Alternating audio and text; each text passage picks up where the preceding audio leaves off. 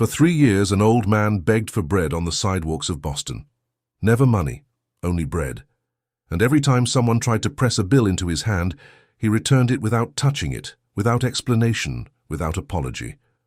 What this entire city didn't know was that the man in the tattered jacket had founded one of the largest industrial empires in Massachusetts, that he had lost everything in a single cold betrayal, orchestrated by someone he treated like a son. That he had chosen the sidewalk not as a defeat, but as a long wait, a wait of more than 20 years. And the moment he was waiting for arrived on a freezing winter afternoon, when a black sedan pulled up to his step and the door opened, revealing a secret capable of destroying an entire fortune built on a lie. But before we reveal this mystery, tell me in the comments which city in the world you're listening to us from, and if you enjoy moving stories like this one, subscribe to the channel. It's a simple gesture that helps our work tremendously. The wind sweeping in from Massachusetts Bay that cold Tuesday in January had no mercy on anyone. It sliced across faces with the precision of an invisible blade, drove the pigeons off the cornices of the neoclassical buildings, and whipped up the pages of discarded newspapers on the cobblestones of Old Town Square in the historic heart of Boston. It was the kind of cold that didn't ask permission to enter your coat, finding the gaps between buttons and cuffs and settling into your bones like an old debt with no due date. Edmund Sterling was sitting on his usual step. He had occupied the third step of the side staircase at the Church of the Rosary, long enough for the faded granite to bear the ghostly impression of his thin frame. He was 74 years old, though he looked both older and younger at the same time, depending on how the light caught him. When the winter sun managed to pierce the grey clouds and cast its slanting beam across the square, the man beneath the accumulated grime and tattered plaid coat revealed the bone structure of someone who had once been far more than the miserable sight rushed tourists saw. His jaw was far too firm for his circumstances, his spine far too straight for a city that insisted on bending him. He didn't beg for alms. That was the detail that unnerved the city officers who walked through the square at 11 in the morning, holding warm coffee in plastic cups, and that frustrated the non-profit volunteers who occasionally handed out boxed meals in that part of downtown. Edmund didn't stretch out his hand for coins. He didn't rattle cardboard cups with the dry, persuasive sound of experienced panhandlers. He simply looked at passers-by with those deep, dark amber eyes, like wells holding water from another era, and said softly and clearly, "Do you have a piece of bread to spare?" Just that. The question unsettled people in a way ordinary panhandling never did. People knew how to dodge an aggressive beggar. They knew how to ignore a dirty face persistently asking for change. But that low, measured voice, that gaze that didn't plead but simply stated a reality, and that question stripped of any emotional manipulation, created a baffling discomfort in those who passed by. Most quickened their pace. A few would leave a roll, a slice of bread, half a croissant bought from the corner bakery. Edmund thanked them with a subtle nod and ate slowly with an almost ritualistic dignity, chewing every bite as if performing a sacrament. Money, however, he never touched. In 3 years living on the downtown sidewalks of Boston, Edmund Sterling had returned every single bill and coin, without ever explaining to anyone the reason for his stubborn refusal. A social worker from the city had even documented the case as a behavioral anomaly in a report read by 2 supervisors and filed away on a forgotten server. The priest at the Church of the Rosary, a gentle and persistent man named Father Marcel, had tried for 4 consecutive Sundays to convince Edmund to accept at least the meal vouchers from the Municipal Assistance Program. The old man listened to every argument with genuine attention and declined each time with the same unshakable courtesy, as though institutional generosity were merely another form of trap. There was something in that gesture that went beyond stubbornness or senility. There was a choice. And choices made with that kind of cold serenity usually have a story behind them that the surface fails to show. The afternoon of January 12th began like so many others. That morning, Edmund had received half a baguette from Star Bakery on Beacon, whose owner, Vernon, a burly man with a thick mustache and a generous heart, walked through the square every Tuesday and Thursday on his way to the bank branch. Edmund ate a piece early on, wrapped the rest in a plastic bag kept inside his coat against his chest, and spent the afternoon watching the ebb and flow of the historic district, with the entomological focus of someone who has nothing left to do but watch the world go by. The craft shops closed early that month. Tourists, few in winter, walked hunched against the cold in colourful coats with cameras hanging around their necks. A group of architecture students was photographing the Baroque facade of St. Jude's Chapel, debating construction dates aloud. An elderly couple shared an umbrella printed with yellow flowers. Two pigeons fought over a biscuit crumb near the fountain, around which the wind whipped up small whirlwinds of dry leaves and crumpled paper. Edmund observed it all with an expression that was neither sadness nor indifference, but something between the two that defies an easy name in any language. Sometimes, in the lulls between passers-by, he would pull a laminated photograph from his inner coat pocket, worn at the edges like a daily talisman, and hold it in his calloused fingers for a moment. He didn't look at it directly, as if the image were already etched onto his retina in enough detail to make sight unnecessary. It was the kind of memory that doesn't need to be contemplated, because it lives inside the entire person, not just their eyes. Then he would put it back, with a care that violently contrasted with the apparent neglect of everything else in his existence. The bell of the Metropolitan Cathedral had just struck 4 in the afternoon when a well-dressed, middle-aged woman with a hurried expression stopped in front of Edmund for a moment. She stared at him with that typical hesitation of someone who wants to help but doesn't know where to start. She pulled a $50 bill from her purse and held it out to the old man. Edmund observed her calmly and shook his head almost imperceptibly. "Do you have a piece of bread?" he asked in his usual voice. The woman pulled back the bill, opened her purse a second time, and produced an individually wrapped brioche roll she had bought for a snack. She handed it over without a word and left in a hurry, like someone who had just witnessed something they couldn't categorize. Edmund thanked her in his usual way and tucked the bread into the plastic bag against his chest. The entire interaction had taken less than 30 seconds, leaving both of them curiously rattled. That was when the sound arrived. It wasn't the roar of the city buses coming down Washington Street with their heavy, polluted rumble. It wasn't the sound of ordinary cars rattling over the stones. It was another kind of sound, almost an absence of sound, a smooth, precise hum belonging to a different class of machine. The kind of engine that makes itself noticed precisely because it doesn't assert itself, because it costs too much money to need to be loud. The black sedan emerged around the curve of the square with the calculated slowness of someone who isn't in a hurry, because the world always waits. It was massive, far too long for those narrow cobblestone streets designed for horses and trams. Its tires rolled over the uneven stones without any perceptible vibration, as if the vehicle were floating over the rough surface. The windows were tinted dark enough to make the interior completely invisible, like a secret in motion. The aluminum wheels gleamed even under the overcast sky, polished to an absurd state of perfection that violently contrasted with the muddy slush splashing against the curb walls around it. The car belonged to a world that didn't know the cold of January, because it always found a way to heat it. The car slowed down. Edmund saw it coming toward him and didn't move. He kept his posture, his hands resting on his bony knees, his coat buttoned to the top, his amber eyes fixed on the vehicle with an intensity that wasn't fear. It was recognition. It was the look of someone who had waited for something for so long that when it finally arrived, there was no room left for surprise, only the heavy realization that the moment had come, inevitable as a New England winter. The sedan stopped right in front of the third step of the side staircase of the Church of the Rosary. The engine kept running, that quiet, expensive vibration, while the vehicle remained motionless at the curb. For a few seconds that felt longer than they were. Nothing happened. No door opened, no window moved, just the car sitting there, black and closed like a sentence yet to be pronounced, while surrounding pedestrians veered around it without so much as a glance, as if the presence of such high-end automobiles in the historic district were too mundane to deserve notice.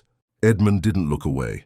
There was something inside that vehicle belonging to the very world he had been cast out of many years ago. He didn't yet know who was in there, but he knew with the intuitive certainty that misery sharpens in those who survive on the margins of society long enough that this stop was no accident. That engine hadn't crossed downtown Boston on that cold afternoon out of a tourist's whim or a wrong turn.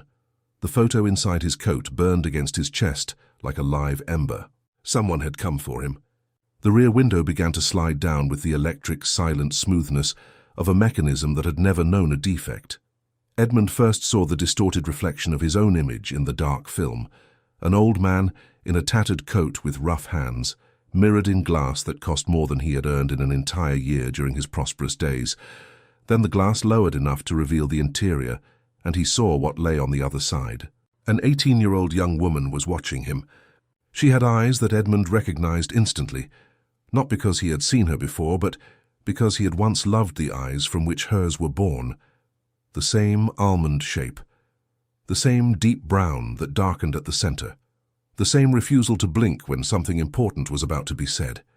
The young woman wore a beige cashmere coat, her hair pinned up in a simple bun that accentuated rather than hid the visible tension in her shoulders. In her lap, she held a beige envelope with both hands, an envelope Edmund couldn't clearly identify, but which seemed important in the way unsent letters and unspoken truths always seem important. She opened her mouth, closed it, and then said, her voice trembling despite her obvious efforts to keep it steady, "Mr. Edmund, I know who you are." The wind swept across Old Town Square from one end to the other. Somewhere in the distance, the bell of the Metropolitan Cathedral began to strike 5 in the afternoon, a solemn, ancient bronze that had witnessed decades of history in the city. Edmund Sterling looked at the young woman for a time too long to be polite and too short to be rude, feeling for the first time in many years that the weight he carried in his bones wasn't just the cold of Boston. It was the past, which had finally sent someone to find him. Edmund Sterling didn't answer right away. He had learned during the years of forced silence that poverty teaches with brutal mastery, that words spoken without thought cost far more than the daily bread he asked for. So he kept his eyes fixed on the young woman in the back seat of the sedan, letting the silence work for him while he processed what he had just heard. "Mr. Edmund, I know who you are. Simple words, direct, free from the performative pity of strangers, yet they carried a weight far out of proportion to their brevity, the kind of weight that unbalances you not because it's too heavy, but because it lands precisely on an existing fracture."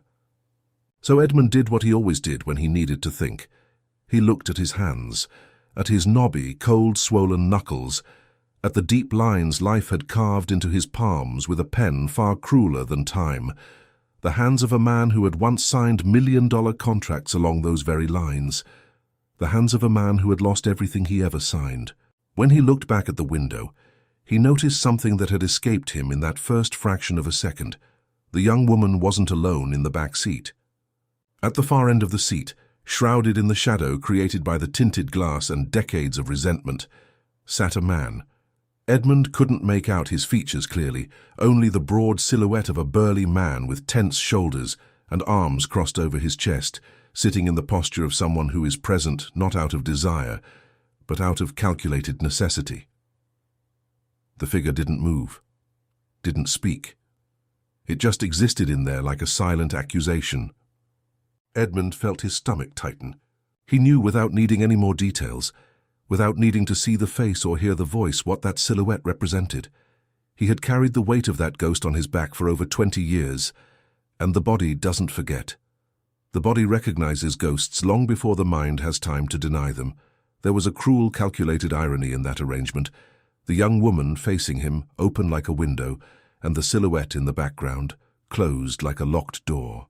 Two sides of the same story, arriving together, as the things a man spends years trying to avoid always do. The young woman, noticing the old man's shift in focus, turned briefly toward the inside of the car. A low exchange of words took place, inaudible from the outside. Then, with a gesture that revealed a determination starkly contrasting with her youth, she opened the sedan door and stepped down onto the cobblestones of Boston. She was stripped of any pretense. Her beige cashmere coat was beautifully tailored, her shoes genuine leather, her small purse understated, the kind that costs more precisely because it looks simple.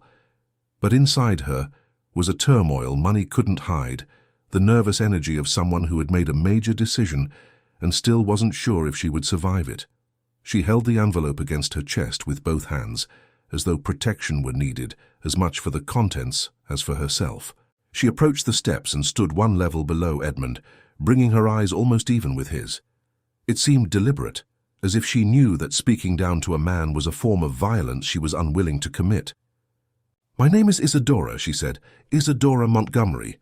Montgomery. The name dropped into the space between them like a stone in still water. Edmund didn't blink. He didn't move. He simply let the surname echo inside him, striking the walls of a memory he had tried to tarnish, but which insisted on remaining intact and bright, like metal resisting rust. "You're mistaken, miss," he said calmly. "The Mr. Edmund you're looking for no longer exists."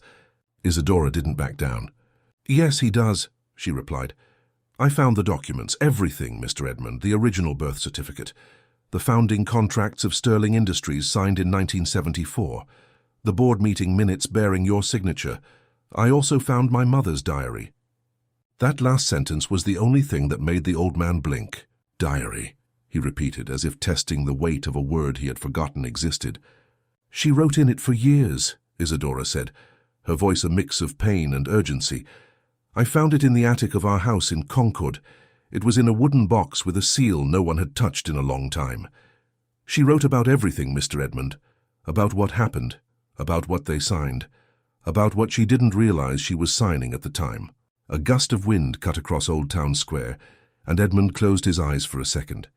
When he opened them, the sky had darkened another shade on that endless spectrum of grey the Massachusetts winter offered so generously and with so little mercy. "Why are you telling me this?" he asked.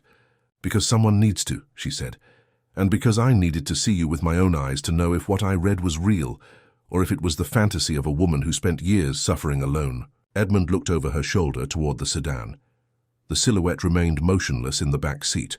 The driver, a man in a dark uniform with a professional expression, stared straight at the windshield, motionless as a statue that had learned to pretend it couldn't hear.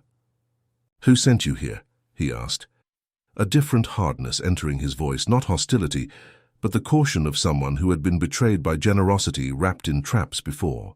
Isadora hesitated for a fraction of a second. "No one controls me," she said. "I came on my own." "He came because he wouldn't let me come alone." "Hey," Edmund said. It wasn't a question. She didn't answer. She didn't have to.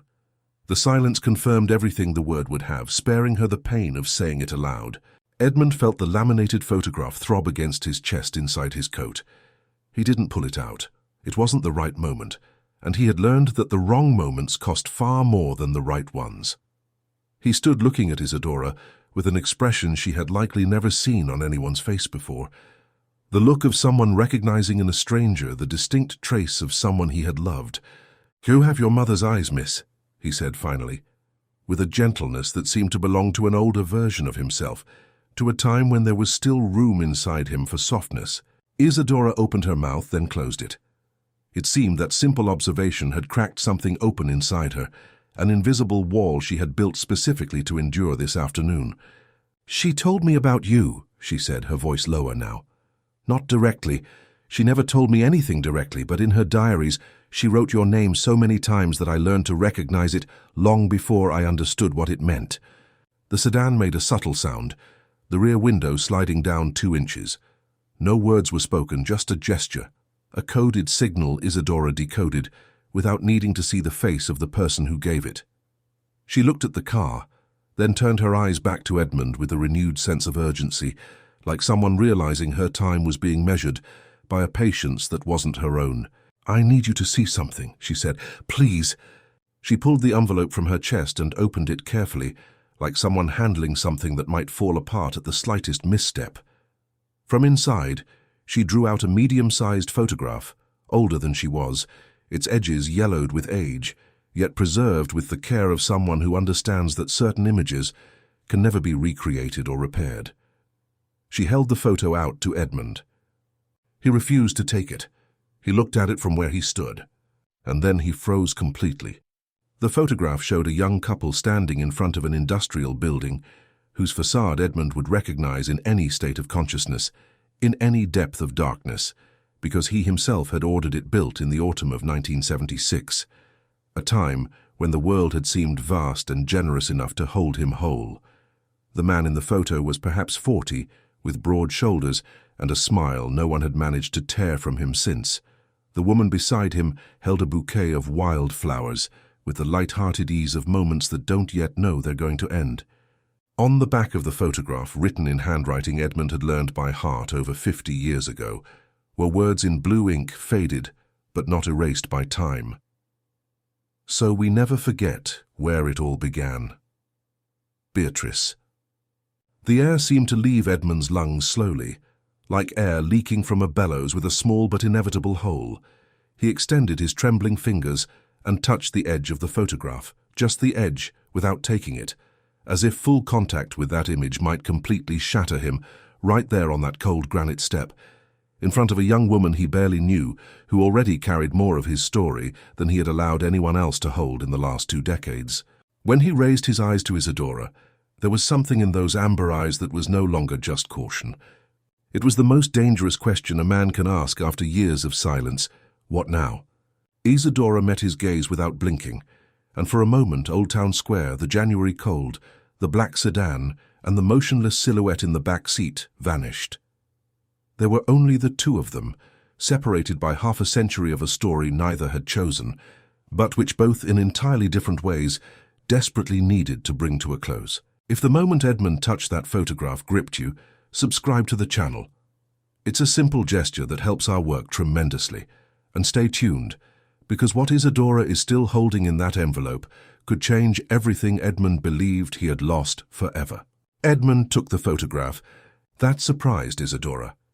She had prepared for the possibility that the old man would refuse, just as he refused money, with that cold courtesy of someone who had built walls too high to be knocked down in a single afternoon. But he took the photo with his calloused fingers and held it before his eyes for a long moment, speechless, like someone reading not with his eyes, but with some other organ that time refines in human beings who survive their own defeats.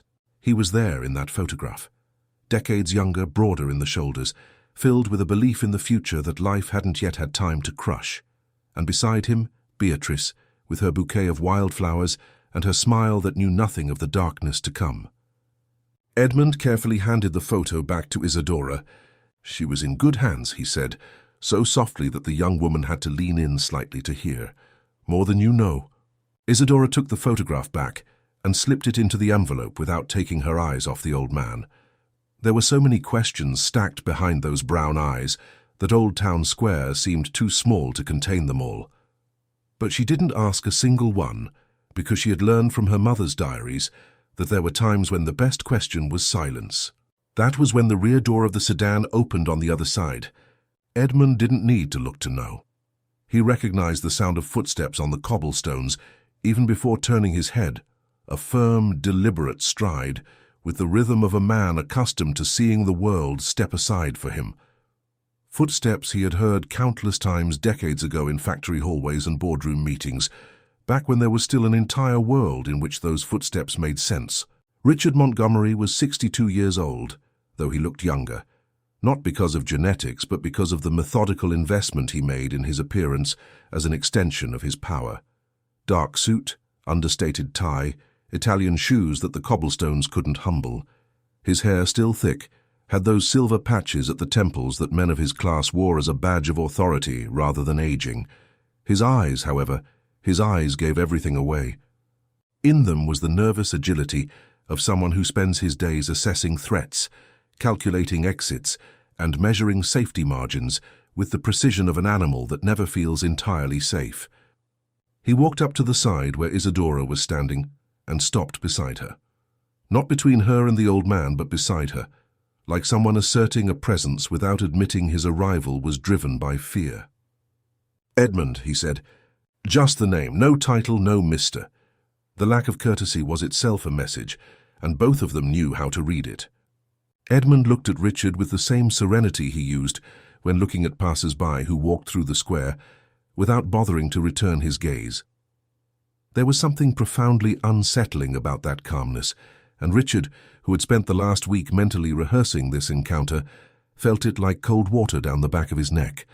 "Richard," Edmund replied, returning only the name, equally devoid of ornament.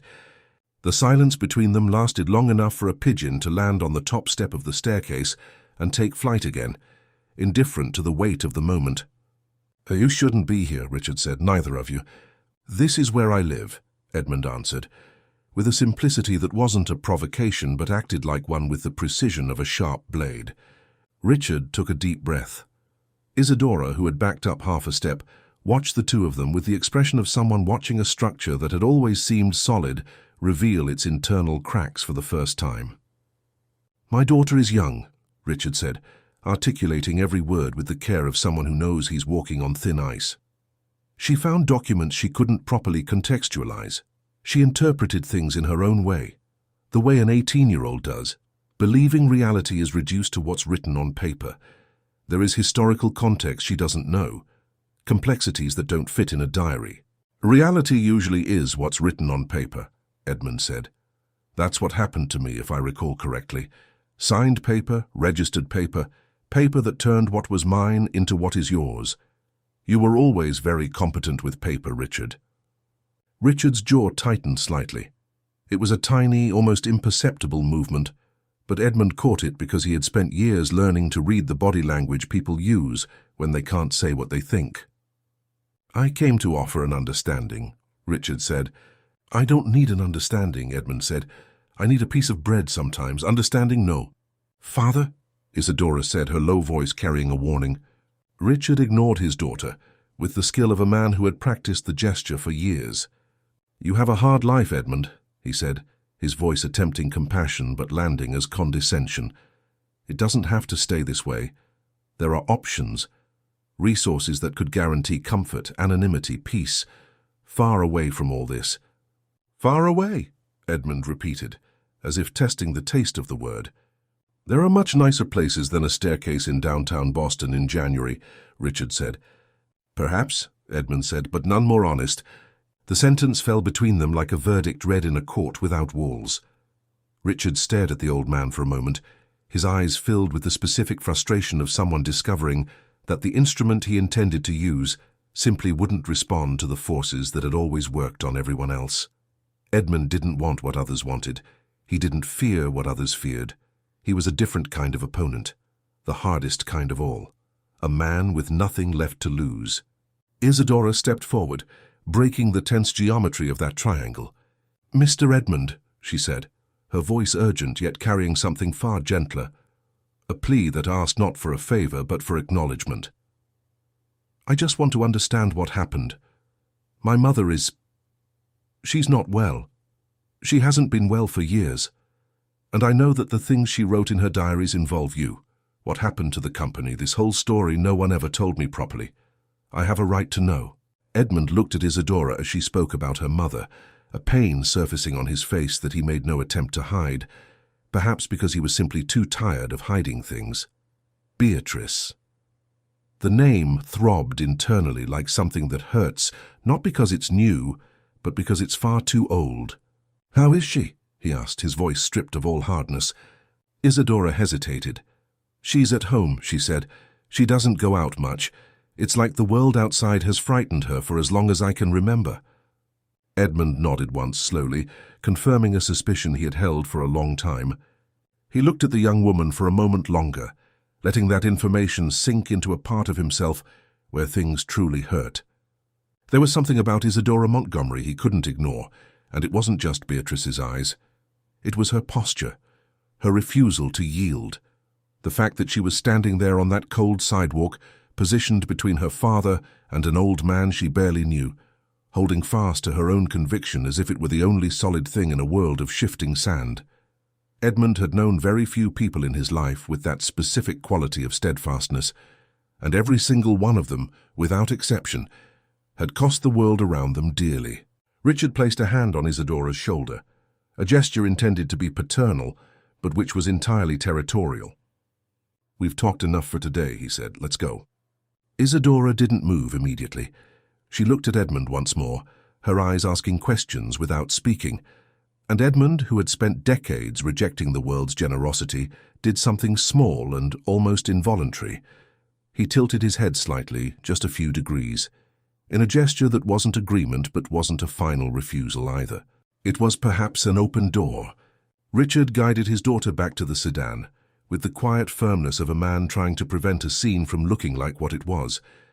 Isadora walked, but slowly. As she passed the step where Edmund sat, for a fraction of a second, when her father's body shielded her from the driver's view, her fingers brushed the old man's hand, a contact lasting less than a second, as discreet as someone who knows she is being watched. When the door shut and the engine resumed its precise, expensive hum, Edmund sat listening to the car retreat over the cobblestones with the deliberate slowness of a calculated goodbye. Only then did he realize there was something in his left hand.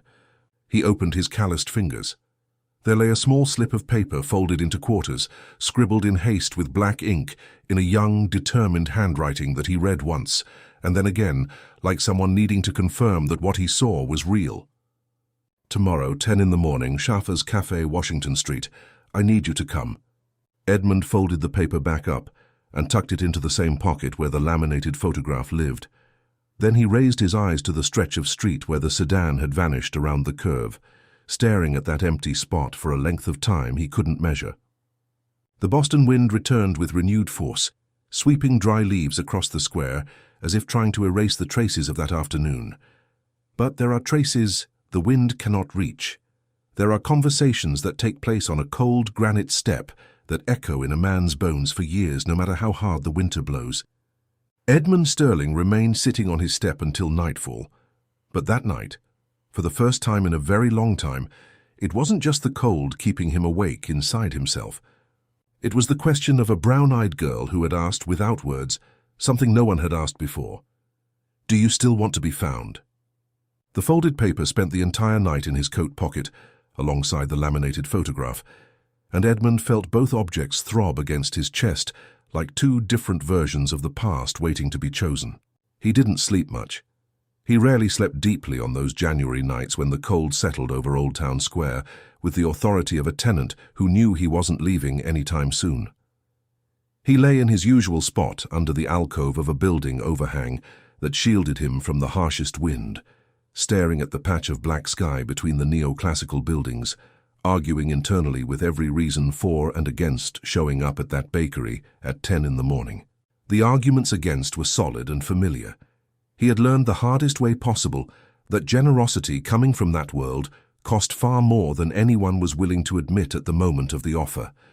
That outstretched arms often had handcuffs hidden at the wrists. That the brown-eyed girl, as genuine as she seemed, bore the name Montgomery, like someone carrying an inheritance without having chosen the benefactor. The arguments in favor were fewer in number, but heavier in weight. Beatrice had written his name so many times that her daughter learned to recognize it before she even understood what it meant. And then there was the matter of her eyes. There was something in that young woman's eyes that wasn't just physical inheritance from Beatrice. It was a way of seeing the world that Edmund recognized because it had once been his own, back when he still believed truth possessed enough weight to bend injustice. That quality in Isadora wasn't learned in expensive schools or inherited from bitter businessmen.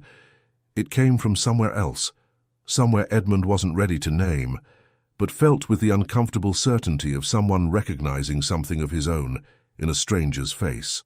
At 6:30 in the morning, when the first city bus crossed Washington Street with its familiar rumble, Edmund set the debate aside and made his decision the only way he ever made decisions that mattered, without announcing it to anyone, including himself.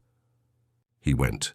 He used the faucet in the public restroom at Boston Common to wash as best he could and smoothed down his coat with his palms, a gesture that didn't visibly improve anything but belonged to an internal code of dignity he had never abandoned.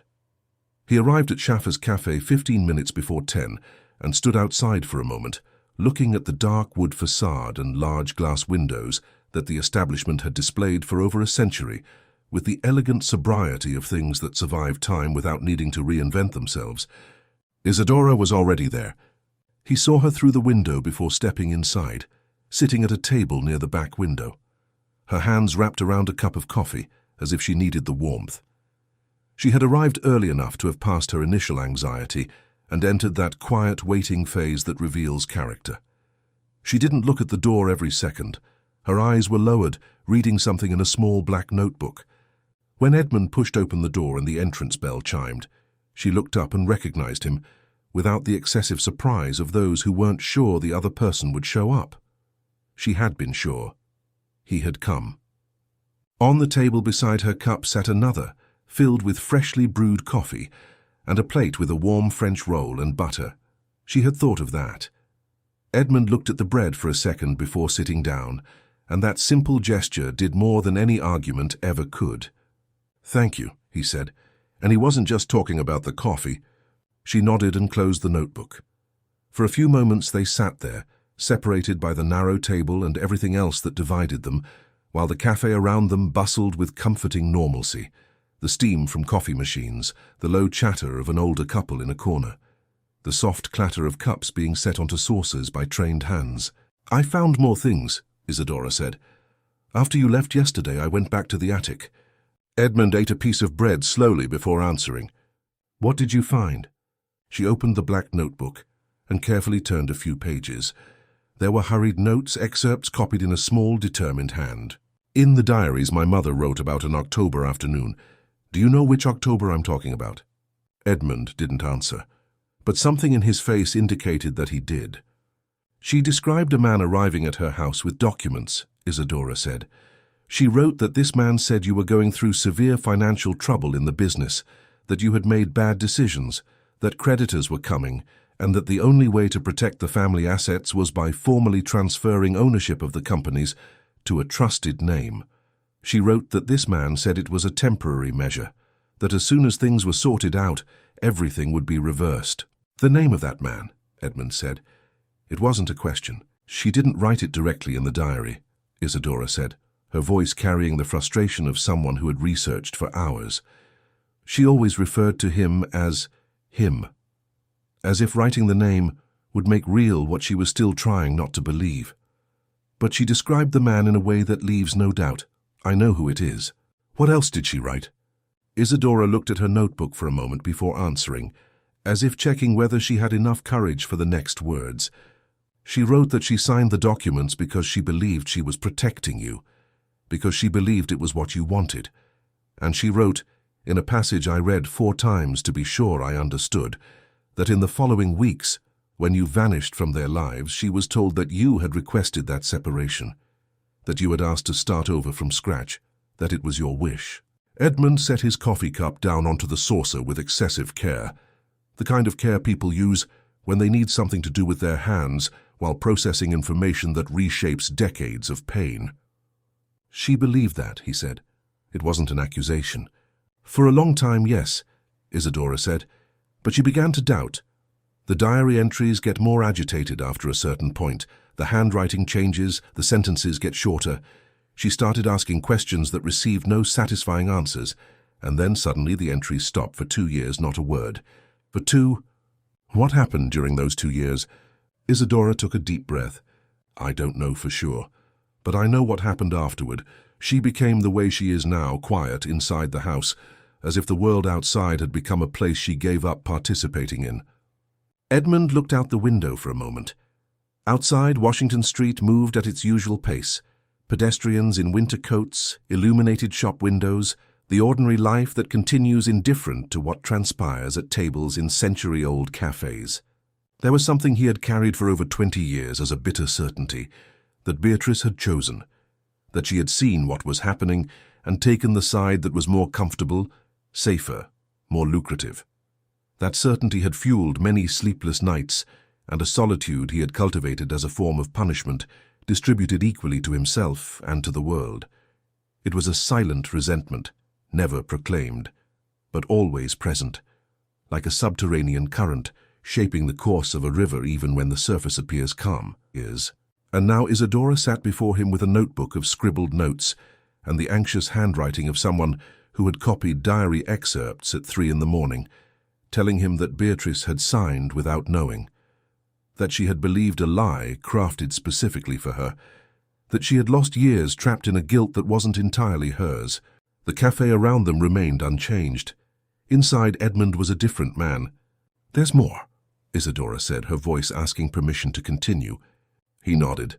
She opened the beige envelope she had brought again and pulled out a set of folded papers, older than modern paper, bearing yellowed marks along the creases. They were copies, made with the haste of someone who knew she didn't have much time before being discovered. "This," she said, placing the sheets carefully on the table, "is what I found alongside the diaries.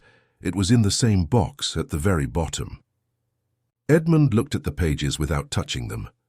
"They are patent records," Isadora said, "from 1971 and 1973. I don't know much about legal documentation, but I sought help from someone who does. Someone who worked with you in the past and who was pushed out, under the exact same circumstances as you." Edmund raised his eyes slowly. "Arthur," he said. "Arthur Dresch." Isadora stared at him for a second, her expression a mix of relief and admiration. "Did you know he was alive?" "I found out a few years ago," Edmund said. "I didn't reach out." "He reached out to me," Isadora said, "when he heard I had started investigating. He said he had been waiting for this moment for a long time." Edmund picked up the pages with his hands and unfolded them slowly. The documents were intellectual property contracts, records of ownership for industrial processes that had formed the technological backbone of the factories he had built. And on every page, in the field designated for the rightful owner, a name had been manually overwritten with a different signature. The original name, still visible underneath when the paper was tilted at a certain angle, was Edmund Sterling. He sat staring at his own name written on those old pages for a length of time neither could measure. Inside him, something that had been petrified for decades began, very slowly, to move. If discovering Edmund's name on those documents moved you as it did us, subscribe to the channel. It's a simple gesture that helps our work tremendously. And don't go anywhere, because what Arthur Dresch is holding regarding that night in 1973 has yet to be revealed. Afternoon had fully taken hold when Edmund left Schaffer's cafe. The winter sun, which had briefly broken through the clouds for an hour at noon, had retreated once more, and Washington Street returned to that muted grey lighting that made it so different in January from the sunlit avenue Bostonians enjoyed in postcards. Edmund walked slowly toward Beacon Hill, the patent copies carefully folded in his coat's inner pocket alongside the photo and Isadora's note. She had handed him an address before leaving the cafe, scribbled in haste on the back of a paper napkin in a hand that betrayed the urgency of the writing, the address of an office in Beacon Hill and the full name, written out for the first time, of Arthur Dresch. Edmund looked at the napkin for a long moment before putting it away. Decades ago, Arthur Dresch had been the smartest person Edmund had ever hired at Sterling Industries. He was a young man back then, fresh out of law school at Harvard, with a mind capable of reading a contract and seeing not just what was written, but what had been deliberately omitted. Edmund had trusted him more than he had trusted most people during that period, and so when his world collapsed and Arthur vanished from his reach, it was one of the absences that weighed heaviest. A preemptive betrayal he had chosen never to confirm. Knowing he was alive, that he had found Isadora and that he had waited, transformed the afternoon into something entirely different from what it had been in the morning. Edmund walked to Beacon Hill. It took him 40 minutes, crossing downtown into the neighborhood where historic brick brownstones coexisted with stately offices in an arrangement reminiscent of certain families, a renovated facade for the world, the original structure still underneath, resisting with the quiet stubbornness of things that were never fully replaced. The address led him to an understated townhouse on a street lined with tall sycamores, bearing a small brass plaque beside the door that read simply, Dresch Legal Consulting. Arthur was waiting for him. He was a man who had aged honestly, without the aid of cosmetic touch-ups, bearing only the natural weight of every year he had lived and every defeat he had accumulated, with the patience of someone who learns to turn loss into method. He was 67, with snow-white hair and the hands of a compulsive reader, ink stains marking the index and middle fingers of his right hand. When Edmund entered the office, Arthur stood up behind his desk for a second, looking at the old man as if verifying whether what he saw was real. Then he walked around the desk and extended his hand, with a firmness age hadn't diminished. "I knew the time would come," Arthur said. "No, you didn't," Edmund replied, a trace of dry humor emerging that surprised even himself after being locked away for so long. Arthur smiled briefly and gestured toward the chair on the other side of the desk. The two men sat down. The office was modest, but organized with a precision that revealed method. Stacks of documents sorted into colored folders, a filing system suggesting decades of careful accumulation. On the shelves along 3 walls sat numbered boxes with years written on the labels. Edmund scanned the dates and noticed boxes labeled with years that belonged to his own story. Years he had tried to leave buried, and which Arthur had spent decades preserving with the quiet dedication of someone who knows the dead, must be documented before they can be properly judged. You kept everything, he said. Everything I managed to save before I was pushed out, Arthur said. There was a folder with your name on the original patents. There was internal correspondence between Richard and a notary who validated forged signatures. There was the competency hearing filing presented to the board based on a medical report I never believed was legitimate. I kept it because I thought one day it would matter to someone. 23 years of waiting, Edmund. But I knew that truth, if guarded well, doesn't rot. Edmund, I need you to know I tried to reach you when everything happened. I sent messages through intermediaries. I tried 3 different channels. I was told you had requested not to be contacted. Edmund nodded slowly. It was the exact same lie circulating through the exact same channels, producing the exact same isolation from different angles. An architecture of falsehood, constructed with such minuet detail that each brick seemed reasonable on its own, and only the whole revealed the monstrosity of the design. What can we do? Edmund asked. It wasn't really a question. It was a 74-year-old man realistically assessing what remained of his available time. Arthur opened one of the folders on the desk and adjusted his reading glasses with the familiarity of someone performing a gesture hundreds of times a day. The recovery of assets is complex because much of it has expired under the statute of limitations for criminal charges, he said. But there is the civil route, review of fraudulent legal acts, an action to nullify documents obtained under coerced consent. The patents are our strongest leverage. The documents Isadora found show physical alteration, and when physical proof of alteration exists, the statute of limitations applies differently. Edmund listened in silence, focused like someone who understands enough to know he is hearing something vital. That will take years, he said when Arthur finished. Likely, Arthur said, making no false promises. But certain things can move faster, and sometimes the legal process itself shifts the tide before a final verdict is ever reached. Once a lawsuit of this magnitude is filed, once documents enter the public record and word begins to circulate through the right corridors in this city, the balance shifts. The people supporting a structure of power begin calculating whether it's worth continuing to support it. Edmund stared at the open documents on the desk for a long moment. I don't want the money back, he said, with a clarity that was conviction, not surrender. Arthur paused. Then what do you want? I want the truth known, Edmund said, by those who need to know it. The two men sat in silence, and in that silence lay the weight of decades of waiting converging onto a single point in time, with the intensity of things delayed so long that their actual arrival feels unreal.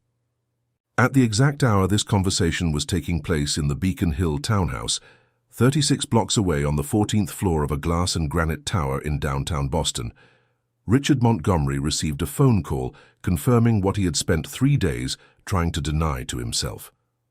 He had ordered Isadora's movements tracked that morning, a simple precaution, he had told himself, a father's care. The report arrived via text, objective and unvarnished. Schaffer's Cafe, 97 minutes, departure at 11:40 a.m.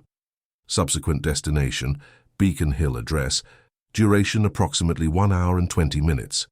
Property owner, Arthur Dresch, attorney. Richard read the name twice. Then he stood looking out his office window at the Boston skyline, for a length of time his assistant, who had entered with a folder of contracts, correctly interpreted as a sign to leave without saying a word. Arthur Dresch was alive, he was in Boston, and he had found Isadora. The reality Richard had constructed over 20 years with the meticulousness of a paranoid craftsman had a structural flaw he had systematically underestimated. The people he had cast out hadn't simply vanished. They had become silent archivists of their own history, waiting each in his own corner, for the moment someone with enough courage would arrive to piece the evidence together. That evening, Edmund returned to Old Town Square carrying a different weight on his shoulders. It wasn't lightness, exactly. It felt more like the condition of a muscle that had remained immobile for too long, and now, forced to move, discovered it still worked, albeit with pain. Something about meeting Arthur had reinstalled a gear inside Edmund he believed had rusted beyond repair, the desire for things to make sense before the end. He was sitting on his usual step, the afternoon giving way to a bitter January night, when the black sedan reappeared around the curve of the square. This time, there was only the driver and Richard, and this time Richard stepped out of the car before it even came to a complete stop, moving with the hurried determination of someone who knows every passing minute is a lost advantage. He walked across the cobblestones without looking left or right, lacking the calculated composure of the previous afternoon, and stood before Edmund holding a white envelope in his right hand. "I'll be direct," Richard said. "I prefer it," Edmund said. Richard opened the envelope and pulled out a check. He held it between his fingers, with the confidence of a man accustomed to resolving problems through that specific motion, as if a filled-out piece of paper were a universal language requiring no translation, rendering all further conversation unnecessary. "This settles everything," he said. "A comfortable life far away from here, far away from all of this." Edmund looked at the check without touching it. Then he looked at Richard. "And what do you settle with this?" he asked, his voice so quiet that the cold wind sweeping through the square seemed to drop for a moment just to let it pass. Richard stood still, the check suspended between them in the January chill, waiting for a response that didn't come in the way he had rehearsed. He had planned this meeting for hours in his office, looking out over the city's lit skyline. He had anticipated pushback, demands, negotiation, perhaps even begging. He hadn't anticipated this stillness, a question that didn't ask about the check's amount, but about the moral cost to the man signing it. Edmund looked at the open envelope in Richard's hand, then down at the cobblestones, then back at the man who had destroyed his life with the same casual ease with which other men signed purchase orders. And on his face was an expression Richard couldn't categorize, because it wasn't hatred nor contempt nor fear. It was something closer to the quiet understanding of someone watching an old mechanism function exactly as it always had, without surprise, and without the slightest intention of letting himself be caught in its gears. Edmund looked at the check for a long moment. The figure written on it was larger than anything he had personally held in his hands in the last 20 years. In another life, it would have meant something concrete, carrying the real weight of land, factories, possibilities. In this life, it was just ink on paper signed by a man who had turned Edmund's ruin into a personal fortune, with the cold efficiency of someone who believes the world belongs to those with the stomach to take what isn't theirs. He took the check. Richard's expression shifted almost imperceptibly, a subtle relaxation, the easing of a man who had just felt a negotiation tip in his favor. He was too experienced to smile, but the relief was visible in the way his shoulders dropped a fraction of an inch and his jaw lost the rigid tightness of someone bracing for rejection. Edmund held the check for a moment, looking at it. Then, with the deliberate calm of someone executing a choice long reflected upon, he began to tear it, slowly, once down the middle, then the halves into quarters, then the quarters into eighths, without anger, without rush, with the methodical precision of someone who has already made up his mind and is simply following through, because true decisions require no emotion to be carried out. Richard watched it happen and said nothing for several seconds. The pieces of the check fell onto the cold granite steps of the Church of the Rosary, and the wind immediately began to scatter them, carrying them across the cobblestones of Old Town Square like small white birds that hadn't chosen to fly. "You know what you're doing," Richard said. It wasn't a question. "I am fully aware," Edmund said. The man before him stood frozen for a moment longer than either expected. In Richard's posture was the specific tension of someone containing an outburst, because exploding right there, at that hour, in front of the remaining passers-by crossing the square, was a luxury his position didn't allow. Men of his standing had learned that visible restraint was the most effective form of power. I tried to resolve this civilly, Richard said, his voice dropping an octave, stripped of any pretense of cordiality. This, Edmund said, looking at the white scraps the wind was blowing across the stones, was the only civil thing that has happened here. Richard took a step back. It was a strategic retreat, not an emotional one, and Edmund knew the difference because he had spent decades learning to tell them apart. There was a calculation behind the move, a real-time decision that the battle of that moment had been lost, and therefore the moment was over. "You'll regret that it came to this," Richard said. "It came to far more than this," Edmund said. "Over 20 years ago." Richard looked at him for a second, with an expression defying an easy label, simultaneously contempt and something that, in a very specific light, could be mistaken for fear. Then he turned on his heel and walked back to the sedan with the same deliberate stride he had arrived with without looking back, as if the act of not looking back were itself a form of power that had to be exercised. The car pulled away slowly over the cobblestones, and Edmund sat on his step watching the taillights vanish around the corner. Around him, on the cobblestone floor, the fragments of the check continued to be scattered by the January wind. Edmund watched one of the scraps land on the bottom step and rest there, motionless for a second before being swept away again. There was something almost crystalline in the simplicity of it. Decades of history condensed into an amount that was an attempt to buy away 20 years of injustice, reduced to white confetti in the cold of the square. He hadn't torn the check out of pride. Pride was what others assumed it was. He had torn it because accepting that money would have meant, finally, signing off on the version Richard had always wanted to be true, that everything had a price, that Edmund Sterling was a man who could be bought. Denying that wasn't heroism. It was simply refusing to be the character someone else had written for him for more than 2 decades.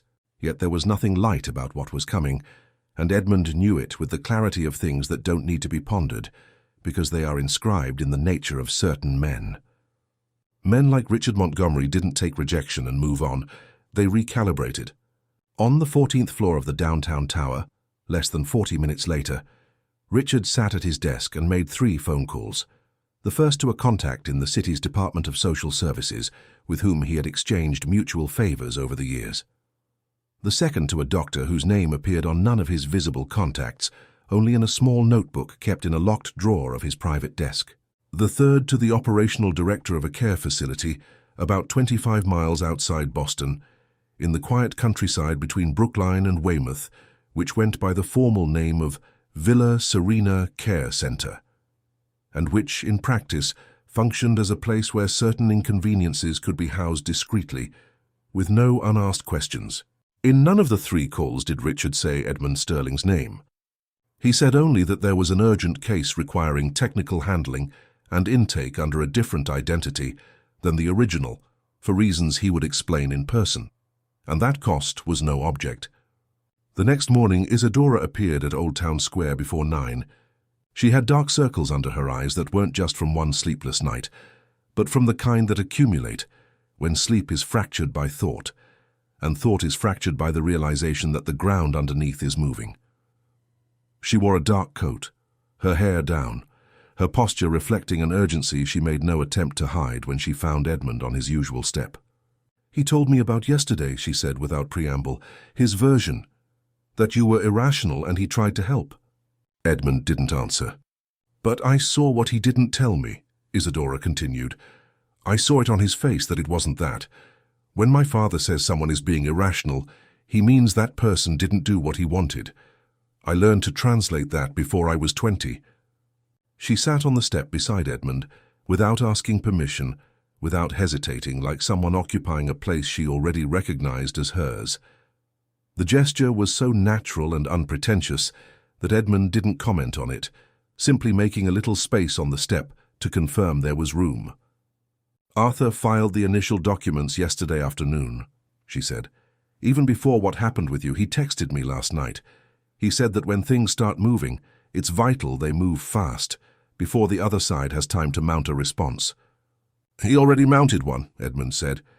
Isadora turned her face to him. "Last night my father made calls," Edmund said.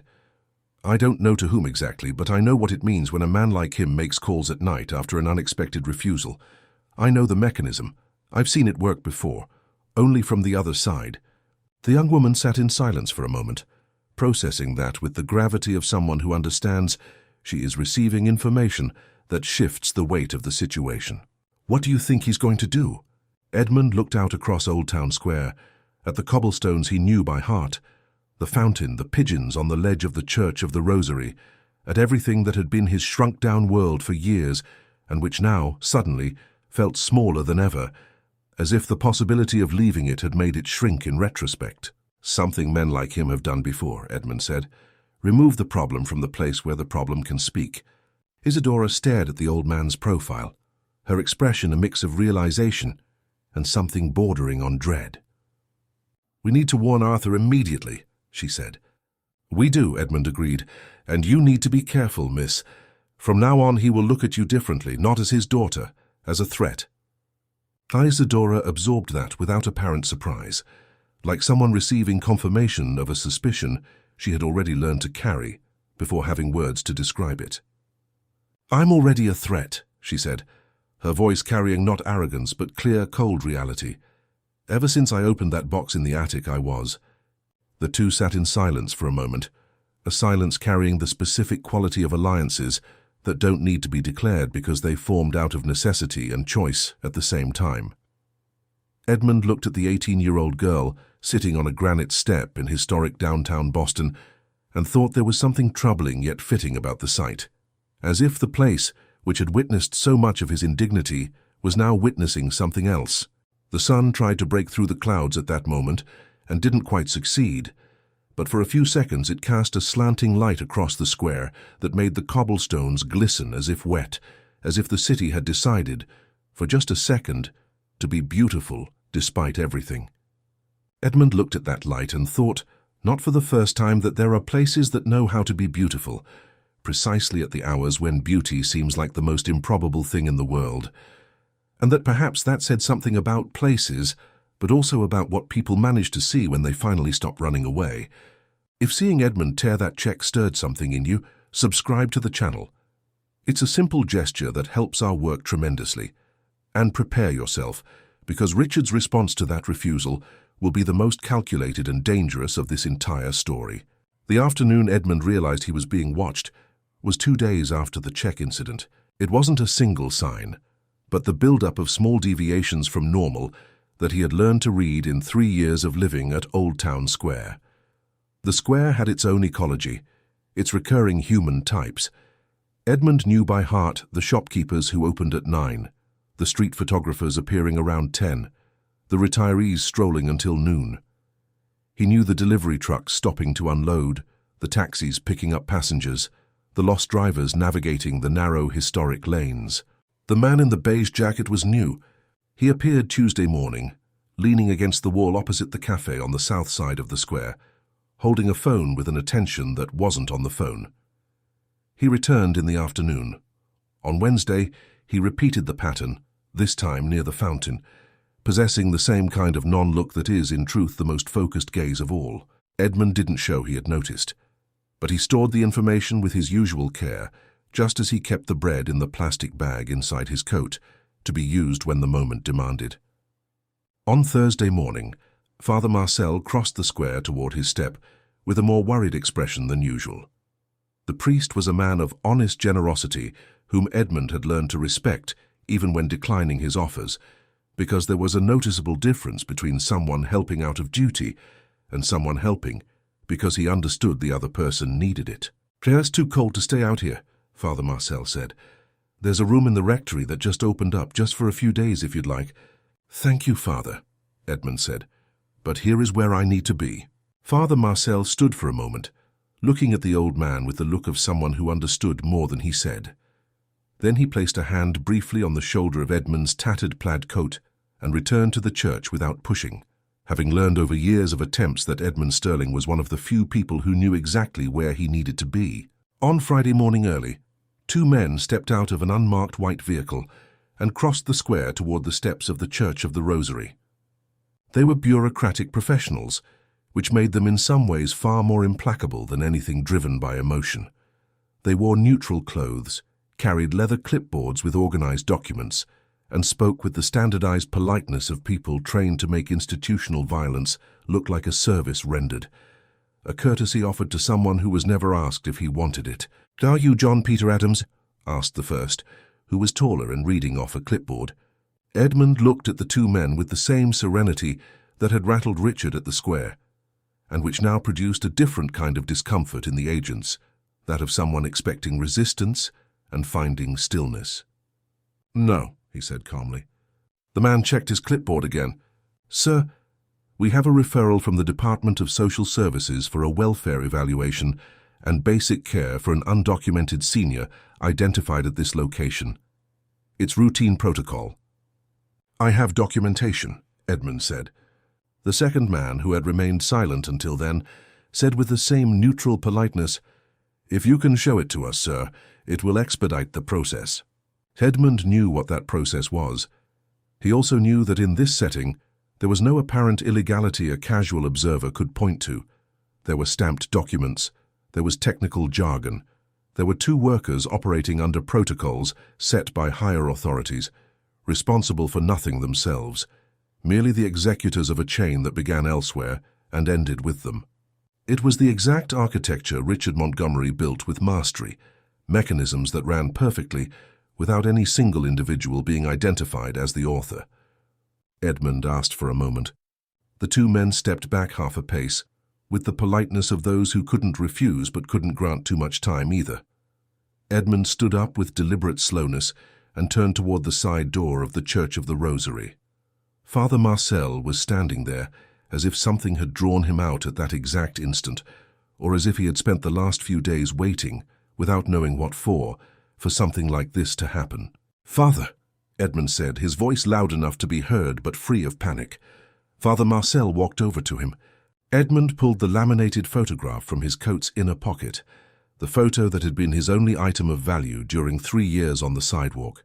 He held it for a second between his fingers, before placing it into the priest's hands, with a care Father Marcel understood without needing an explanation. "There's a young woman who has been coming by these past few days," Edmund said. "Young brown eyes, dark hair, carrying a beige envelope. If she comes looking for me, give this to her. Tell her Edmund Sterling is waiting at another address and will be expecting her."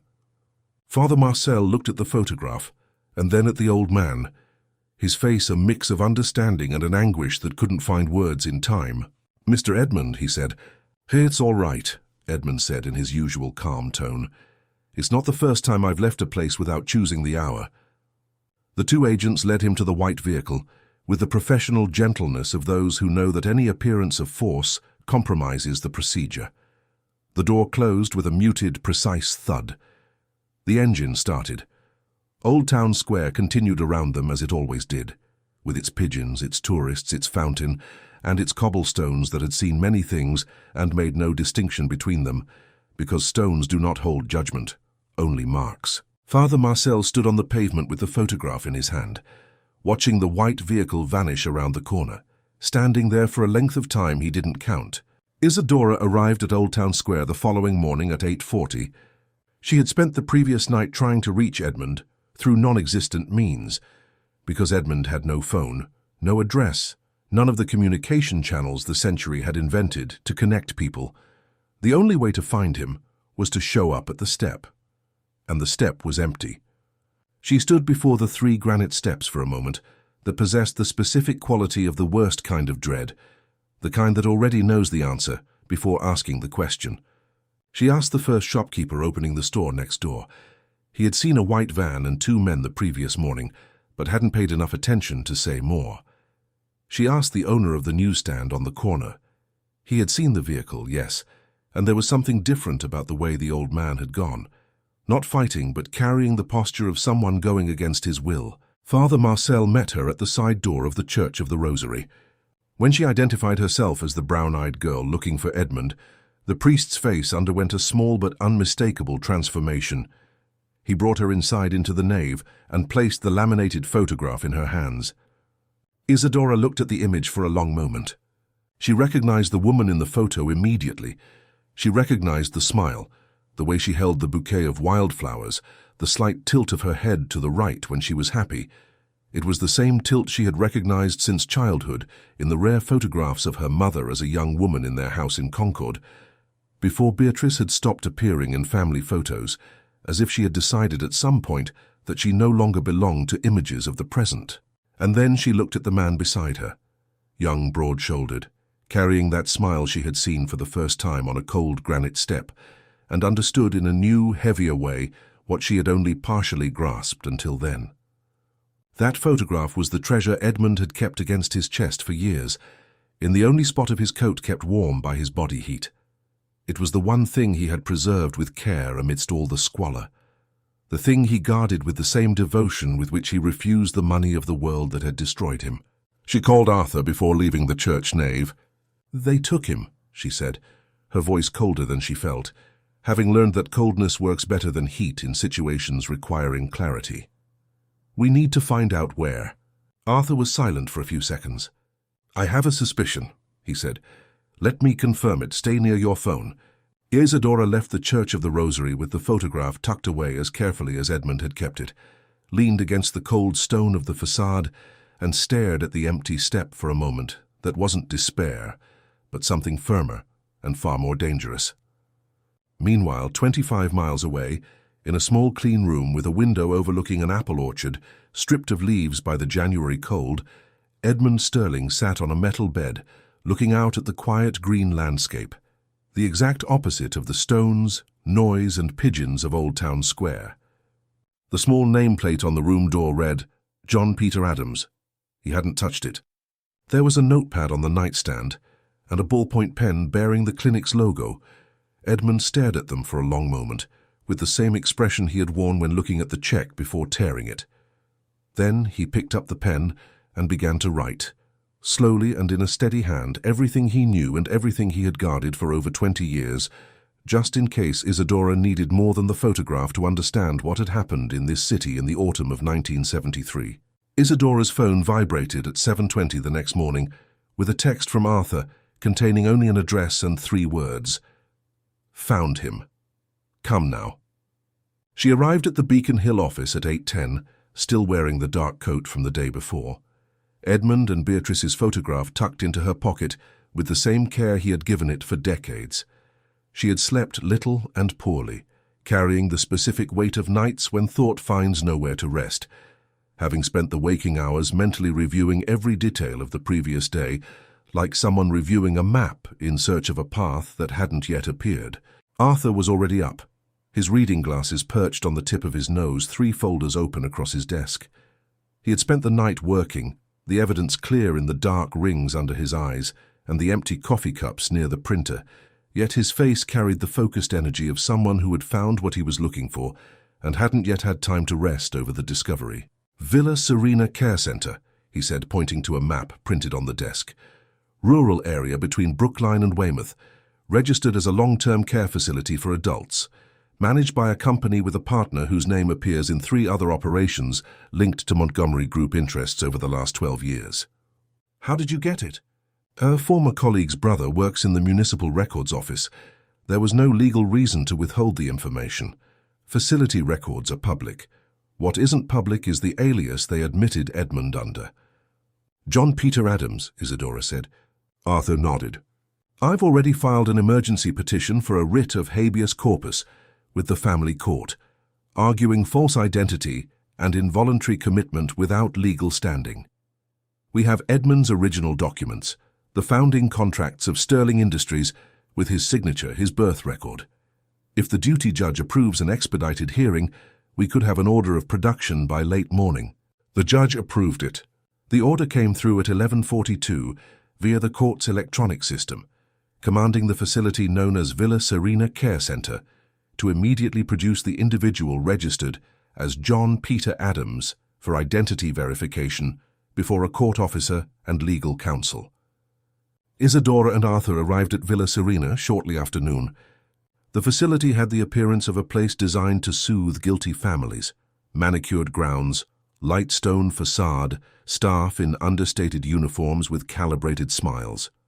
The director, a 50-year-old man named Roger Caesar, who had spent the entire morning taking calls from Richard's office, received them with that specific combination of anxiety and politeness, revealing someone caught between two loyalties that had collided, needing urgently to decide which one he feared more. Arthur placed the court order on the desk before sitting down. Roger Caesar read it twice. Then he looked at the stack of documents Arthur had brought, at Isadora's face and back at the court order. He made a quick, low phone call facing the window. When he hung up, his face wore the look of someone who had just been abandoned by the side he chose wrong. "I'll call the gentleman," he said. Edmund appeared in the reception room 12 minutes later, escorted by a staff member who clearly didn't understand what was happening. He wore the same clothes he had arrived in, the tattered plaid coat that had been his armor and identity through years on the sidewalk, and held a folded notepad carefully between his thumbs, like someone holding something he didn't want to drop before delivering it to the right person. When he saw Isadora, he said nothing for a moment. Neither did she. There was something about the scene that rendered words unnecessary, in the way certain important things in life happen in silence, because silence is the only language big enough to contain them. Isadora looked at the tattered plaid coat, the calloused hands, the amber eyes that were exactly the same as on the granite step in Old Town Square, and felt something she couldn't quite name, but which felt like the relief of someone arriving in time. Edmund, for his part, looked at her and saw the confirmation of something he had written on the notepad during the night, that there are people who arrive late in a man's life, but arrive right, and that is enough. Then he extended the notepad toward her.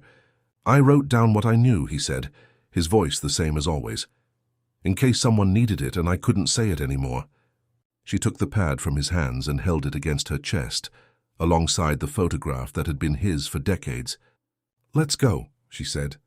Arthur handled the discharge process with the efficiency of someone who had spent decades learning that bureaucracy, when used correctly, can be as powerful as whatever created it. Edmund walked out of Villa Serena 40 minutes after arriving, legally equipped with documentation confirming his true identity, a certified copy of the court order, and a formal record of his illegal intake, which would now become part of the lawsuit Arthur had already initiated. Arthur's car covered the 25 miles back to Boston in silence.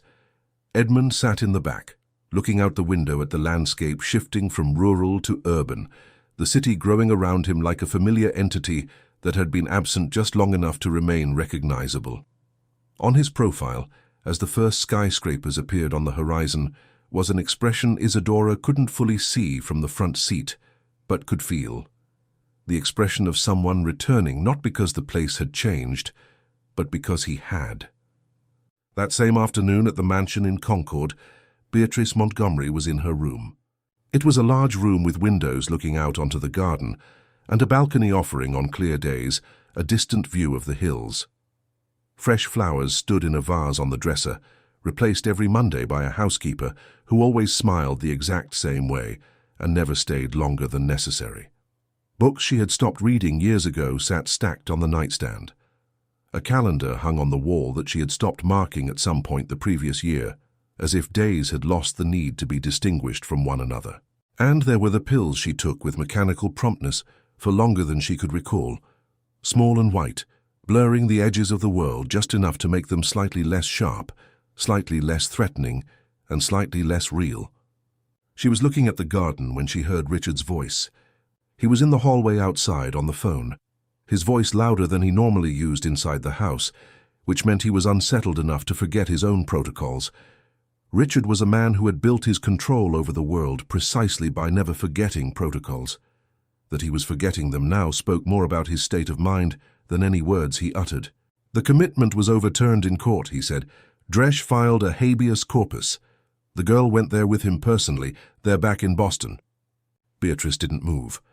But something inside her that had been very quiet for a very long time became even quieter, the way silence settles before being broken, not by noise, but by resolve. "I know what needs to be done," Richard said, his voice carrying something Beatrice had heard before decades ago, in another house, in another life, when he had spoken similar words about someone else. And she had stayed quiet that time. She had stayed quiet the next time, and the next. And every time that followed, each silence feeding the next like a chain she had helped forge, without fully understanding what she was building. She closed her eyes. Then she opened them.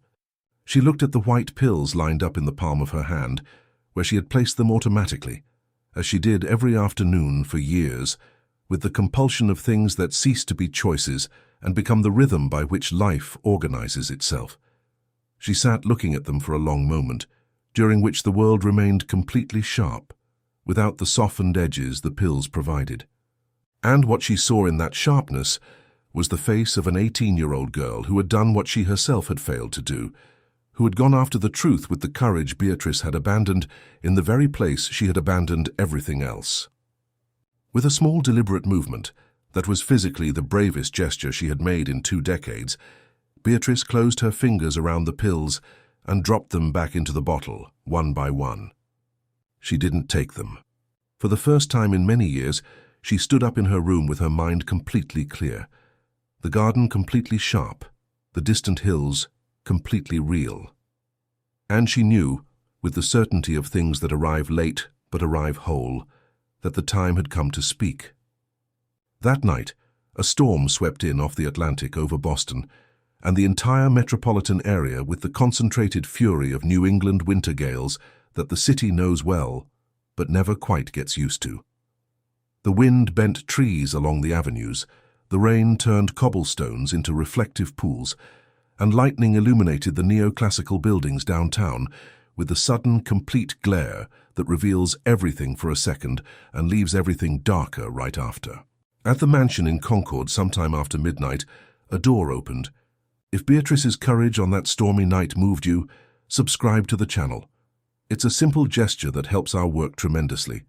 And prepare yourself, because when a woman who stayed silent for decades finally decides to speak, nothing remains standing. The storm had transformed Concord into a different place that night. The streets Beatrice Montgomery had traveled for decades in the back seats of chauffeur-driven cars were now unrecognizable under rain falling in sheets. Not as precipitation, but as a collapse, as if the sky itself had decided in the early hours to do what she had decided as well. Let everything fall at once and see what remained. The taxi driver asked no questions. He had learned in his line of work that people leaving large estates after midnight with a small bag and completely dry eyes don't want conversation. They want a destination. Isadora's phone rang at 12:42. She was awake. She had spent the night rereading the pages Edmund had written on the notepad at Villa Serena, in the clinic's pen, with the steady hand of someone writing, knowing it might be the last time he wrote anything that mattered. The pages contained facts, dates, names, the full timeline of a systematic dismantling executed with the coldness of an industrial operation. Reading it, Isadora had felt what anyone feels when assembling a puzzle and discovering on the final piece that the picture is far darker than the box promised. "Mom?" she said, seeing the number. The voice on the other end was clear. It wasn't the voice Isadora had grown up hearing, that softened, distant voice arriving through cracked doors and half-finished conversations, like a signal picked up from a station broadcasting from far away. It was a voice she hadn't heard before, or had heard so rarely she had forgotten it existed. "I'm in a taxi," Beatrice said. "Tell me where you are." Isadora gave Arthur's address without asking questions. Beatrice arrived 20 minutes later, her hair wet from the rain she had crossed between the curb and the townhouse door.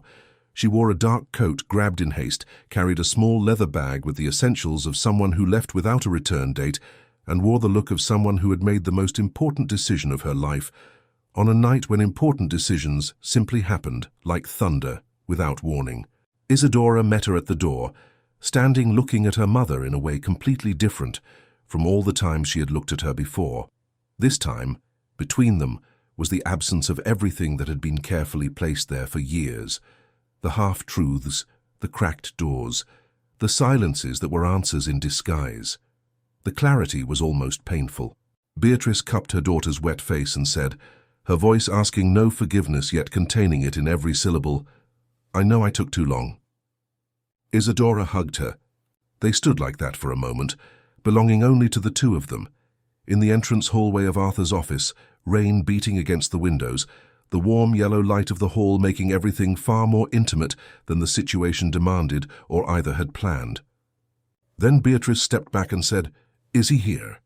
Arthur had offered the back room of the office to Edmund for the night, having judged that returning him to the step at the Church of the Rosary would put him back within Richard's reach without real protection.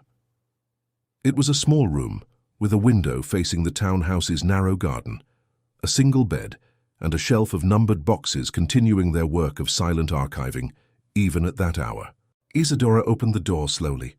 Edmund was awake, sitting on the edge of the bed with his hands on his knees in the same erect posture he kept on the granite step in Old Town Square, as if posture were a matter of principle, regardless of place or time.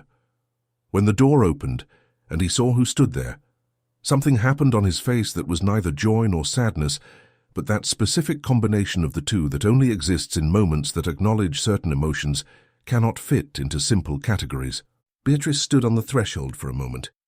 Between them lay 23 years of absence, and a story neither had fully chosen, and both knew it, and that knowledge made the silence of that moment both bearable and unbearable at the same time.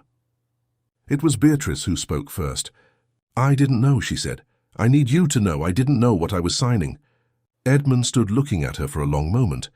In his look was an evaluation that wasn't suspicion, but that of someone who had spent decades preparing what to say when this moment came, only to find upon its arrival that almost nothing needed to be said. "I know," he said finally. "Isadora told me, and I believe you. They weren't the most eloquent words that could have been spoken in that room on that stormy night, but they were the true ones, and sometimes what people who have been silent for a long time need isn't eloquence, but validation." Beatrice sat in the room's only chair and began to speak.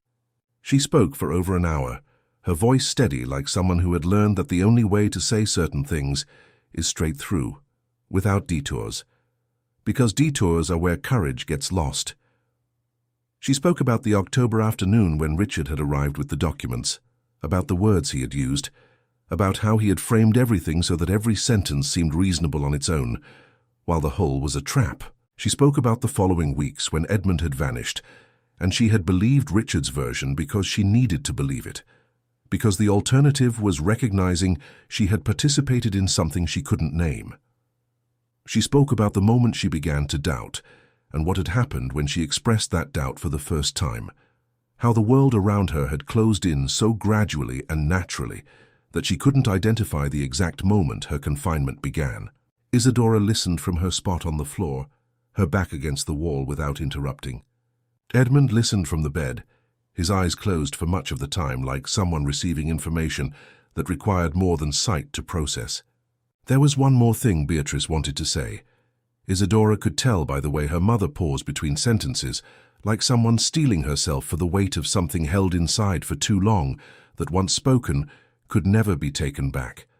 But before she could open her mouth for that final truth, Isadora's phone vibrated on the wooden floor with the specific urgency of messages arriving at the wrong time.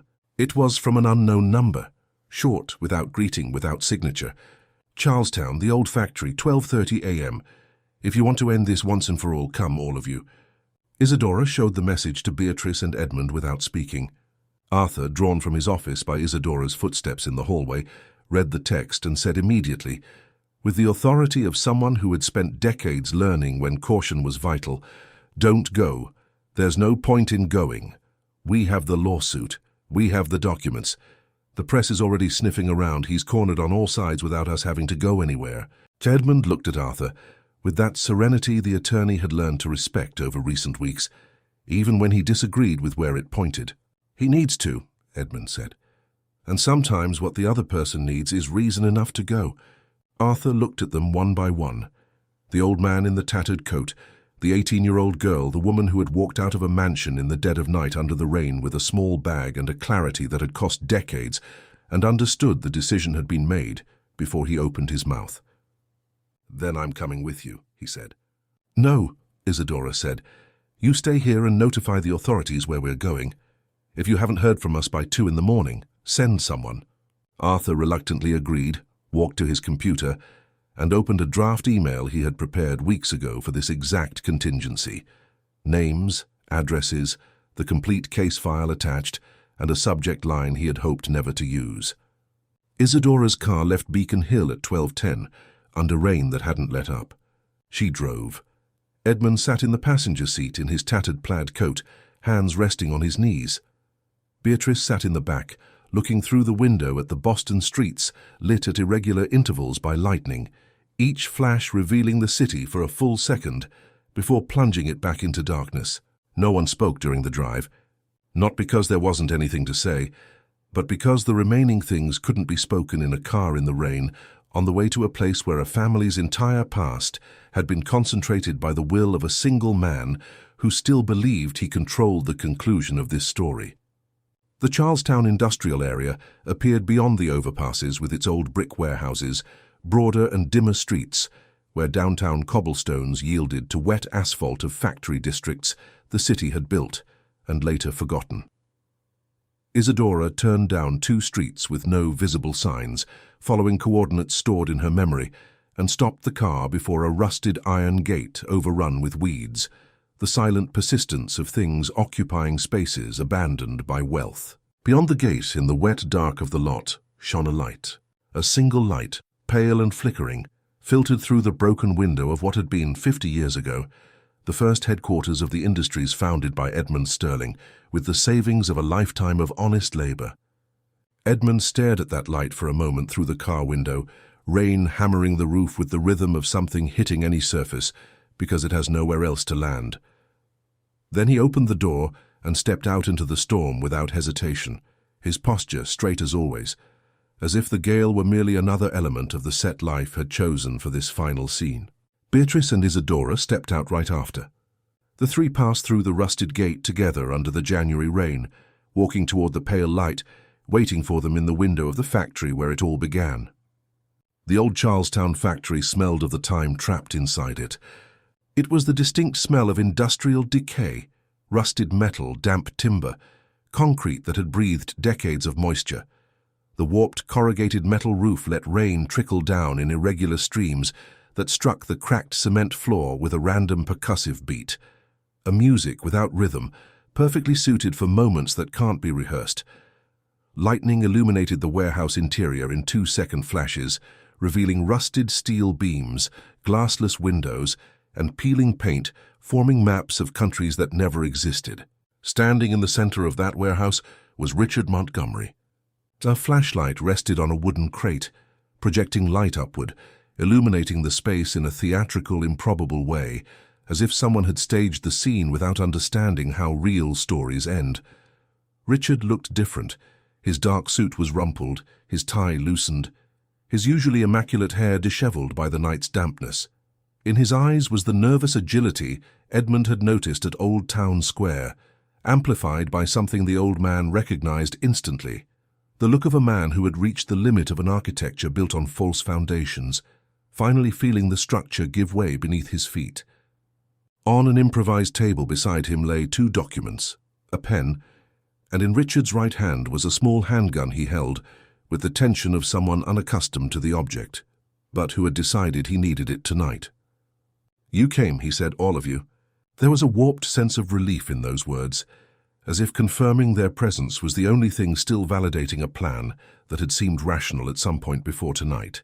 "The documents you see," Richard continued, pointing to the table, "are an irrevocable release of any rights you claim to hold over the Montgomery Group assets, and a statement from Isadora acknowledging that the documents submitted to the court are forgeries. Sign them both and we end this right here." The sound of rain on the metal roof filled the entire warehouse like an added presence. Edmund walked toward Richard, not quickly, not in anger, but with the same deliberate slowness with which he had stepped down from his granite step in Old Town Square for 3 years to receive a piece of bread. The gun was pointed at him, yet he kept walking as if the metal didn't exist, as if the only real thing in that warehouse was the trajectory of one man toward another who had waited for this encounter for over 20 years. Richard backed up half a step. "Don't sign anything, Richard," Edmund said when he was close enough to be heard above the rain, "because that's not what you want. You don't want documents. You don't want my renunciation. You want me to disappear in a way that makes sense to you. And that doesn't exist. I existed before you, and I will exist after. What you built," Edmund continued in the same calm voice, "was an entire life on another man's name. You can call that success, but you know, in that place where people know the things they tell no one, that it isn't, that it never was. Richard didn't answer with anger. He answered with something dangerously close to desperation. "I built all of this," he said, his voice losing control over its pitch. "Everything, every brick, every contract, every partnership, every year of work. I didn't ruin anything. I took what was falling apart and made it grow." "What was falling apart was mine," Edmund said, "and it wasn't falling apart, it was being stolen." Beatrice stepped forward. There was something in the way she moved, a resolve that hadn't been in her for decades, that made Richard instinctively turn his focus toward the woman he had kept silent and confined for so long. And it was in that moment, in that second when Richard's attention split, that the gun lowered a few inches, not by decision but from the distraction of the arm holding it. "There's something you don't know, Richard," Beatrice said, her voice clear, the voice she had found that night when dropping the pills back into the bottle. "Something I kept hidden for too long, because I thought keeping it protected Isadora. But keeping a lie never protects anyone, it only protects the lie." Richard stared at her. "Isadora is not your biological daughter," Beatrice said. The silence that followed lasted less than 3 seconds, and weighed more than everything spoken in that warehouse before it. Isadora froze. Edmund froze. Richard froze. "She is Edmund's direct descendant," Beatrice said, her voice remaining steady with the kind of firmness born not from the absence of pain, but from the realization that pain could no longer be a reason to stay silent. "When you convinced me to sign those documents, I already knew. And you knew too. That's why you always had to maintain control over me, over her, over every detail of this story, because if Isadora ever learned the truth, the last pillar you had left would crumble entirely." Richard looked at Isadora, and what was in his eyes in that moment was no longer the nervous agility of a businessman calculating exits. It was something else. It was the specific hollow emptiness of someone who built an entire identity on a premise that had just been pulled out from under him. The gun lowered. It wasn't dropped nor handed over. It simply lowered because the arm holding it lost the tension keeping it raised, and Richard stood in the center of the abandoned warehouse, holding that useless object in his hand, surrounded by rain pouring through the roof, by the storm outside, and by the weight of a story that had lasted decades and reached its end, not by force, but by the irresistible weight of truths that refused to remain buried. Isadora looked at Edmund. Edmund looked at Isadora with those amber eyes she had learned to recognize as the eyes of someone who always knew more than he said, and who now, finally, had nothing left to hide. Edmund walked up to Richard and took the gun from his hand with a quiet gesture, like someone removing an object from someone who shouldn't have had it. Then he placed it on the table beside the unsigned documents and stood before the man who had destroyed his life, looking at him with the expression of someone who had finally reached the end of a story that had lasted too long, holding no anger, because anger is a fuel that runs out when the truth appears. The flashing lights of police cruisers appeared through the broken warehouse windows a few minutes later. Arthur had fulfilled his promise with the punctuality of a man who had waited 23 years for this exact moment, and wasn't about to waste a single second. What followed belonged to the world that handles consequences, authorities, documents, lawsuits, formal statements turning truths into public records. Richard was led out of the factory under the red and blue lights illuminating the facade of the old Sterling Industries headquarters, just as the lightning had illuminated everything that night, in flashes, revealing for a second and then leaving everything darker before the next flash.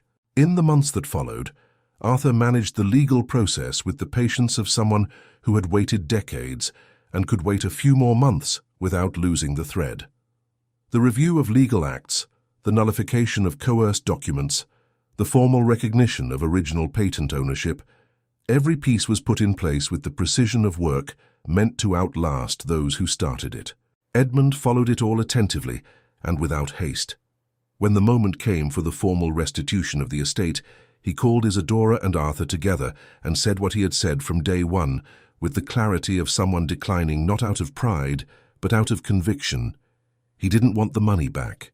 "I want her to use whatever is recovered," he said, gesturing toward his granddaughter, "to build a place for the people this city has learned not to see. Let there be bread. Let there be shelter. Let no one have to ask for more than what is necessary to exist. Isadora looked at him for a long moment. Then she said yes. And then, because she had inherited from someone she was just beginning to know the capacity to ask questions that matter, she asked, "And you? What do you want for yourself?" Edmund thought for a moment. "A park bench in the sun when winter ends," he said, "and someone to share the bread with."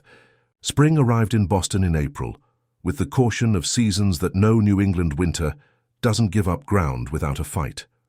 The yellow daffodils and flowering trees began to bloom along the avenues with the joyful stubbornness of things that return every year regardless of what happened the season before. On an afternoon in May, in a sunlit corner of the public garden, Edmund Sterling sat on a wooden bench with his usual posture. But there was something different about that posture now. The weight of waiting was gone. What remained was the simple, honest weight of simply being. Isadora sat beside him, carrying a paper bag from the Star Bakery on Beacon. She pulled out a warm, fresh French roll and broke it in half with her hands without a knife, the way bread is broken when you want to truly share it, not just cut it. She placed one half in her grandfather's hands. Edmund accepted it with his calloused fingers and sat looking at her for a moment, at the brown eyes that were Beatrice's eyes, and which were, in a way he had taken decades to understand, his own as well. Then he bit into the bread. And he smiled. Dear listeners, we hope the story of Edmund, Isadora, and Beatrice touched your heart as much as it touched ours. A story about the dignity that no poverty can erase, about the truth that no silence can bury forever, and about the bread that tastes entirely different when shared with someone you found along the right path. If this narrative stayed with you, subscribe to the channel and leave a like on the video. It's a simple gesture that helps our work immensely and allows us to continue bringing stories like this every day. Tell us in the comments which moment moved you most, because every story comes more alive when shared. We have a special playlist waiting for you here on the channel, filled with equally captivating stories about the complexity and beauty of life. Don't miss our upcoming content. We look forward to seeing you in the next story.